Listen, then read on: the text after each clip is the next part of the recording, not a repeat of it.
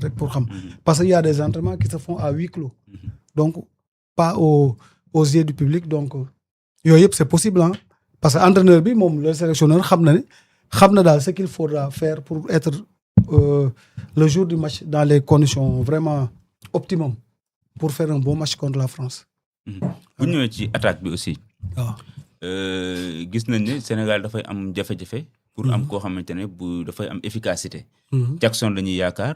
te Jackson yenn saay mu nekk yenn saay du nekk. gis nañ Bamba Dieng ñëw na mais gis nañ Chérif Ndiaye tamit nit ñi amuñu confiance boobu ban attaque nga yaakaar ne war na mën a sonal défense France bi. non attaque bi mën a sonal défense France moom bu dee da nga bëgg attaque buy sonal défense. de facto Jackson est titulaire. xam nga parce que c'est le seul joueur qui est capable de faire des contre-efforts. dafay daw def pressing haut du la bàyyi tant que bal bi dellu suñu zone xam nga il est capable de répéter les efforts. mais Ibrahima Mbaye du def noonu. si mais xam nga une force waaw de pénétration boo xam ni. loolu man Ibrahima Mbaye tey même buñ ko defee titulaire. je serais content parce que ce sont des joueurs explosifs te ñoom gis nga bi ñu duggee keroog deuxième mi-temps la transition était trop rapide pour la défense saoudienne dañu dugg à 10 on a eu 3 occasions de scorer xam nga donc ñoom dama ne ñoom ñëpp yàgg naa ko wax ci plateau bi dama leen wax ñoom ñëpp actuellement il respire sur le dos de Ismaïla Sarr parce que lui c'est le cadre qui est actuellement qui est le plus en danger parce que s'il rate ces matchs 1 ou 2 matchs booy ñëw ci ginnaaw muy Ibrahima Mbaye muy Assane Diao quand ils vont saisir leur chance ce sera très difficile pour lui bien que ces derniers matchs c'est le meilleur attaquant du Sénégal wane na ko en Conférence League wane na ko en Première Ligue wane na ko même aussi en équipe nationale donc pour ñëw ci sa question bu dee attaque buy sonal défense la Jackson est le bon profil mais ñun ce dont on a besoin c'est des attaquants qui marquent qui sont adroits dans les buts te gis nga Coupe d'Afrique bi ñu dem le meilleur buteur était un milieu de terrain muy Pape Gueye donc c'est une waaw mais xam nga entraîneur itam des fois les sélectionneurs ñoom amuñu temps nga ñëw ba équipe nationale ñu lay jàngal ñoom Jackson ce sont des professionnels Jackson son seul problème c'est l'adresse devant les buts loolu nag moom moo koy liggéeyal boppam il faut qu'il cherche des spécialistes en ce sens moo koy travailler xam nga je l'aime bien comme attaquant qui contre-presse mais il a besoin de 10 occasions pour en marquer 1 ou 2 ça c'est un problème. est-ce que du problème technique de frappe tamit parce que boo xoolee ku mel ni Pape Gueye noo ko joxee bal mën na dóor sans contrôle xam nga seen morphologie bokkul Jackson il a une rigidité corporelle boo xam ni ça ne lui permet pas d'avoir certaines expressions gestuelles mais Pape Gueye souplesse u cheville am c'est sa souplesse de cheville qui lui permet ça. loolu mooy technique de frappe nag. waaw mais loolu xam nga loolu déjà am na ñoo xam ne naturellement dañ koy am ñoo xam dañ koy liggéey waaw am ñoo xam dañ koy liggéey mais Jackson ko yaram ni mu bindoo boo ko xoolee ni mu bindoo il est un peu rigide ba du mën a def yenn gestuels yi il est différent d'un Sadio Mané nga xam dafay moom yaramam il est différent de Ibrahima Mbaye bu moom yaramam il est différent d'un Assane Diao loolu morphologie la comme Chérif Ndiaye rek Chérif Ndiaye c'est l'attaquant le plus grand de l'équipe mais li Charles di wax il est toujours en conflit avec le ballon avec ses pieds parce que mais c'est ça xam nga ça c'est grave waaw donc moom gis nga keroog le contenu oui donc le contenu qu'il a fait contre l'Arabie Saoudite montre que tey il n'est plus le deuxième choix de Pape Thiaw léegi nag autant laisser Bamba Dieng après ñu koy indi comme deuxième remplaçant parce que moom am na vécu il a joué une Coupe d'Afrique il est champion d'Afrique xam nga il a été là dans les moments difficiles donc comme indi nañ ko tam nañ ko jox chance am xam nga mais si on a besoin d'un attaquant qui presse là c'est Jackson mais bu dee nag pour dugal la nañu xool ci xale yi voilà. en tout cas Ibrahima Mbaye il est très bon. oui il est très bon. bu ñëwee ci digg bi nag léegi ban milieu la ñu war a teg Pape Gueye moom déjà xam nañ ne mi ngi fi. Gana yow boo jëlee Saliou Pathé Ciss. Saliou c'est son grand frère. boo jëlee Pathé nga wàccee ko. kon ban milieu nga war a mën a composer est-ce que dañu war a préparer benn milieu défensif bu dëgër wala ñu def benn milieu offensif boo xamante ne mooy gën a mën a dem ci kanam. non du question préparer sax parce que groupe boobu yow tey groupe boobu tu peux faire 2 classements parce que milieu terrain bi bu fekkee da nga teg Gana Gueye teg Pape Gueye. Gana est-ce que wóor na. waaw non supposons ma ne bu fekkee da nga ko teg Pape Gueye le 3e choix soit day nekk Habib Diarra wala mu nekk Pathé Ciss léegi nag wala Lamine Camara. mais Lamine Camara ñoom seen problème mooy Lamine Camara ak Habib Diarra gis nañu les 2 derniers matchs ils étaient plus dans le bain quoi. dañu commencé di lâcher loo xam ne moo doon seen force. xam nga autant dañ doon téye bal di def les bons choix mais autant dañ ciy boole yenn yoo xam ne bokkatu ci. Habib léegi il n'est plus explosif comme il était xam nga mais man dama jàpp ne rek ba tey c'est le contre-coup climatique qui fait ça.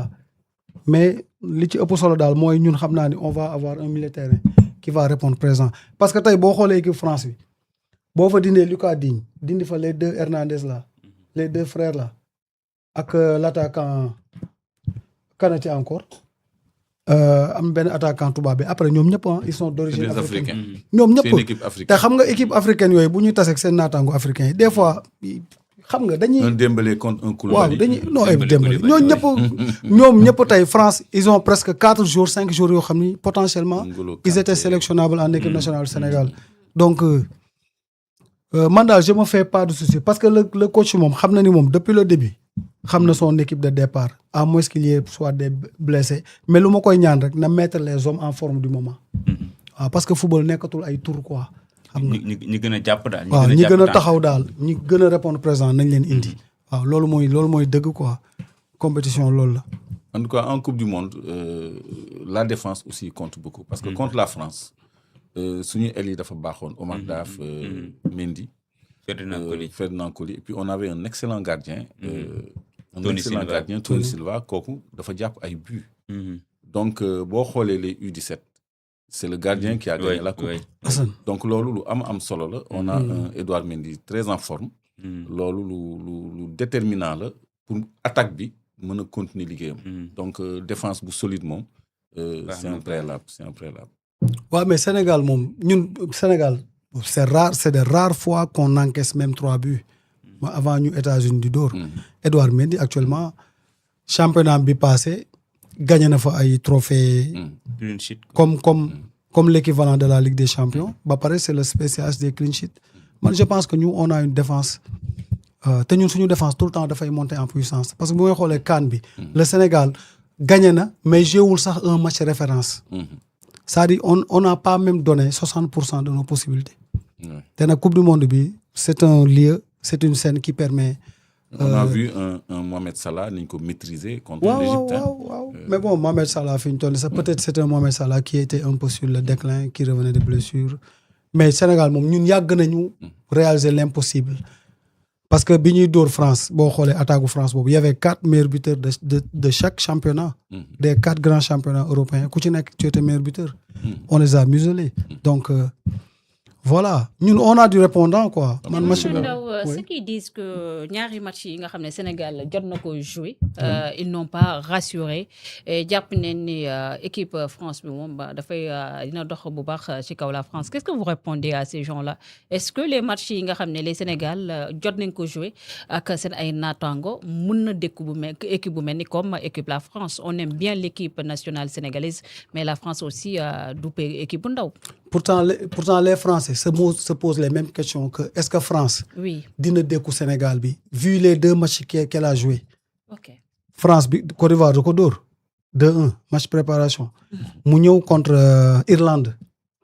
dóor ko 3-1 mais score bi sax reflété wul match bi parce que Irlandais yi njëkk nañ égaliser xam nga parce que tam keroog ñun largesse ñu mayee contre États-Unis français yi dañ ko mayee contre Irlande contre Côte d'Ivoire xam nga.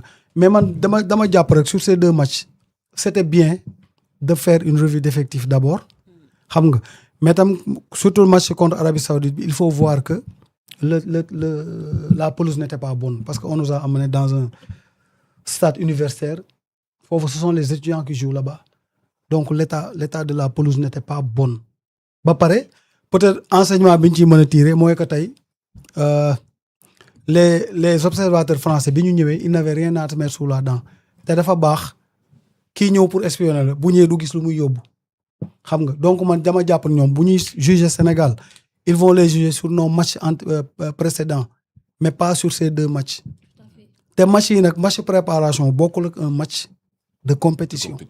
Autant la France dina wane beneen visage autant le Sénégal va montrer un autre visage xam nga mais ñun ce qui nous intéresse mooy comme ñoom wax nañ ko ils vont faire focus de prendre match par match et l'ambition c'est d'aller au minimum en demi-finale. Tout à fait. Donc voilà. Moustapha, c'est bon. Vous avez terminé avec la page sport. Oui. Merci beaucoup à monsieur Omar Chérif Ndaw. Je rappelle que yaa nekk suñu consultant si mondial bi ak analyse yi nga xam ne yaa ngi koy def ci match yi yaa ànd ak ñun si première partie bi. Vous restez avec nous ou bien on vous libère? Non, je vous... Non, il reste avec nous. Sport, politique bi mi ngi ñëw. Mais non, fi ñu toll nii nous, on n'est pas sportif, on s'est prononcé sur le sport. Pour les non, Sénégalais, il fi faut ñu se toll nii moom prononcer sur xam les nga autres sujets. non Moustapha sax xam nga Moustapha bi ma woowee tey je ne pouvais pas parce que amoon naa beneen programme bu ma waroon def mais ma ne ko dinaa ñëw quoi je lui ai donné ma parole xam nga donc bàyyi leen ma bàyyi Et leen. je te conseille de rester dans le sport parce que politique bi moom. non xam naa man HLM laa dëkk. Mais vous faites pas un plateau après le match du Maroc? Je pense. Vous faites pas de débrief, hein? Je pense pas. Pas aujourd'hui. Non, demain à 12h, Inch'Allah. Bon, sinon, Ndiab, vous me permettez juste, man aussi, de me remercier Hélène Baparé. Merci. Et puis d'y souhaiter demain